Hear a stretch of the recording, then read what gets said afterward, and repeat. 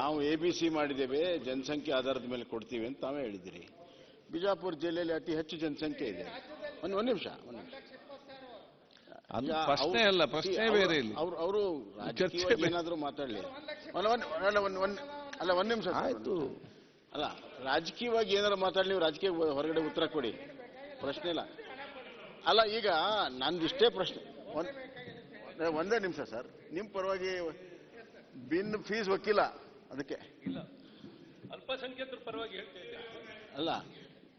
ಅಲ್ಲ, ಈಗ ನೀವು ಒಂದು ಸರ್ಕಾರವಾಗಿ ಅವ್ರು ಏನಾದ್ರು ಹೇಳ್ಕೊಳ್ಳಿ, ರಾಜಕೀಯ ನೀವು ಹೊರಗಡೆ ಉತ್ತರ ಕೊಡಿ, ಪ್ರಶ್ನೆ ಇಲ್ಲ. ಆದರೆ ನಿಮ್ಗೆ ಬಿಜಾಪುರದಲ್ಲಿರೋ ಅಲ್ಪಸಂಖ್ಯಾತರ ಕಾಲನಿಗಳ ಅಭಿವೃದ್ಧಿ ಆಗಬಾರ್ದ? ಆಗ್ಬೇಕಿಲ್ಲ మన ಸರ್ಕಾರಕ್ಕೆ. ಯತ್ನಾಳ್ ಅವ್ರಿಗೋಸ್ಕರ ನೀವು ಇಡೀ 1,20,000 ಮತದಾರರು ಇರುವಂತ ಬಿಜಾಪುರನ್ನ ನೆಗ್ಲೆಕ್ಟ್ ಮಾಡಿದ್ರೆ ನೀವು ಅಲ್ಪಸಂಖ್ಯಾತರ ರಕ್ಷಕರಾಗ್ತಿರೋ ಏನಾಗ್ತೀರಿ? ಈಗ ಅದರಿಂದ ಅಲ್ಲ, ಒಂದೇ ನಿಮಿಷ, ಪ್ರಶ್ನೆ ಬೇರೆ, ಚರ್ಚೆ ಬೇರೆ ಇಲ್ಲ. ಇದು ಹೇಳಿದ್ರಿ. ಒಂದೇ ನಿಮಿಷ. ಅಲ್ಲ ಸರ್, ನಮ್ಮ ಕ್ಷೇತ್ರದಲ್ಲಿ ಯಾರು ಮಾಡ್ತಾರೆ ಸರ್? ಜಮೀರ್ ಭಾಯ್ ಸರ್, ಅಲ್ಲ, ಜಮೀರ್ ಭಾಯ್ ಅವರು ಸಾಮಾನ್ಯವಾಗಿ ದೊಡ್ಡ ಮನಸ್ಸಿರೋರು, ಹಂಗೇನು ಇದು ಮಾಡೋರಲ್ಲ.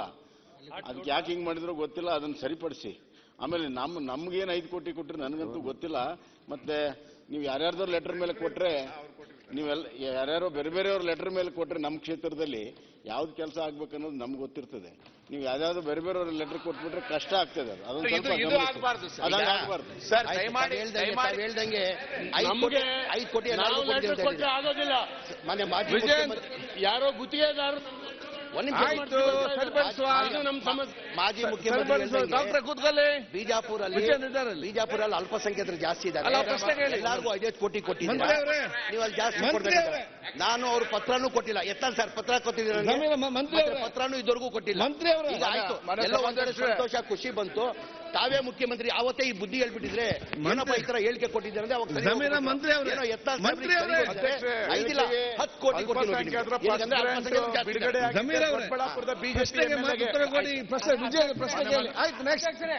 ಈಗ ಕ್ವಶನ್ ಅವರಲ್ಲ, 10 ಕೋಟಿ ರೂಪಾಯಿ ಕೊಡ್ತೀನಿ ಬಿಜೆಪಿ ಅವರಿಗೆ. ಅವ್ರ ಸದನದಲ್ಲಿ ಅವನ್ ರೆಕಾರ್ಡ್ ಹೇಳಿದ್ರೆ 10 ಕೋಟಿ ಕೊಡ್ತೀನಿ ಅಂತಾರೆ. ಅವರಿಗೆ ಒಪ್ಕೊಳ್ಬೇಕು. ನಾನು ಅಲ್ಪಸಂಖ್ಯಾತರ ಕೆಲಸ ಮಾಡ್ತೀನಿ ಅಂತ ಒಪ್ಕೊಳ್ಬೇಕು.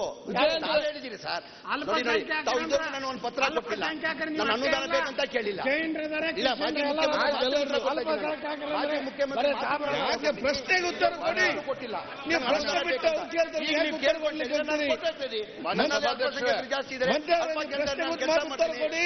ಕೋಟಿ ಕೊಡಿ ಅಂತ ಕೇಳ್ಕೊಳ್ಳಿ, ಕೊಡ್ತೀನಿ ನಾನು. ಮಂತ್ರಿ ಅವರೇ, ನೀವು ಪ್ರಶ್ನೆಗೆ ಮಾತು ಉತ್ತರ ಕೊಡಿ.